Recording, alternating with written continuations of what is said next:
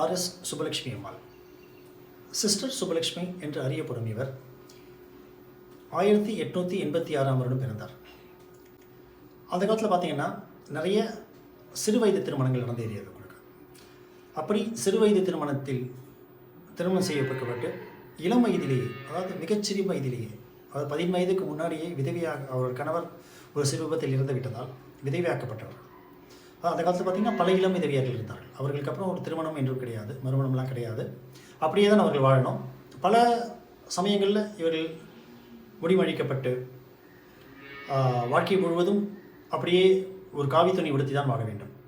அப்படிப்பட்ட சமூகத்தில் பிறந்த ஆர்.எஸ். சுப்பலட்சுமி அம்மாள் செய்த சாதனைகள் ஏராளம். அவர் தான் முதலாக பெண்களுக்கான ஒரு பள்ளியை ஆரம்பித்தார். இன்று புகழ்பெற்று விளங்கும் சாரதா வித்யாலயம் எனும் பெண்கள் பள்ளிக்கூடத்தை அவர் தான் ஆரம்பித்து வைத்தார். ஒரு சிறு முதலீட்டில் பெரிய உதவி எதுவும் இல்லாமல் தானே முன்று ஒரு சிறு இயக்கமாக ஆரம்பித்த ஒரு பள்ளி இன்று பெரும் ஆலமரமாக வளர்ந்து நிற்கிறது. இவரது வாழ்க்கை போராட்டம் என்பது சாதாரணமானதல்ல.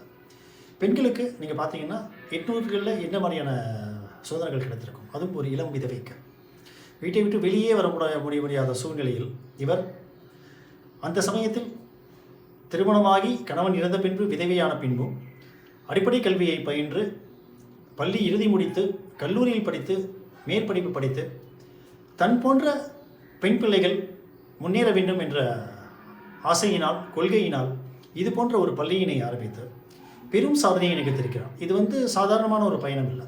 நாடு முழுவதும் பயணம் செஞ்சு பலரை சந்தித்து பல பெரும் முயற்சிகள் எடுத்து தனி மனிதனாக, தனி ஒரு மனுஷியாக இந்த சாதனையை அவர் நிகழ்த்தியிருக்கிறார். இவர் 1952-56 ஆண்டுகளில் மெட்ராஸ் மாகாணத்தின் சட்டமேலவை உறுப்பினராக பணியாற்றியிருக்கிறார். மேலும் இவருக்கு 1958இல் பத்மஸ்ரீ விருது வழங்கப்பட்டிருக்கிறது. இவர் பல முக்கியமான புத்தகங்களை எழுதியிருக்கிறார். இப்படி நான் சொல்லும்போதே உங்களுக்கு ஆச்சரியமாக இருக்கலாம், எப்படி இதை பண்ண முடிச்சதுன்னு. அவருடைய வாழ்க்கை பயணத்தை பதிப்புக்கும் புஸ்தகம்தான் என் சுயசரிதை. அவரே எழுதிய ஒரு புத்தகம் என் சுயசரிதை, சகோதரி ஆர்.எஸ். சுப்பலட்சுமி அம்மாள் எழுதியது.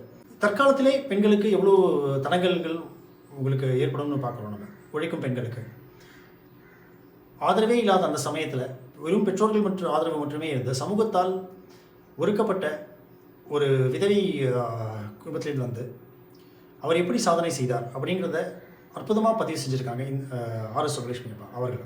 தன்னுடைய ஒவ்வொரு தடைகளையும் நான் எப்படி தாண்டி வந்தேன் அப்படின்றத ரொம்ப அழகாக பதிவிச்சிருக்காங்க. அவர்களுக்கு உதவி செய்தவர்கள் யார், எப்படி ஒவ்வொரு முயற்சியும் அடியெடுத்து வைத்தோம், ஒவ்வொரு கல்லாக எடுத்து வைத்து இன்று சாரதா வித்யாலயம் ஒரு பெரிய ஒரு சமூக நலக்கூடமாக எப்படி அமைந்தது என்பதை பற்றி விரிவாக எழுதியிருக்கிறார்.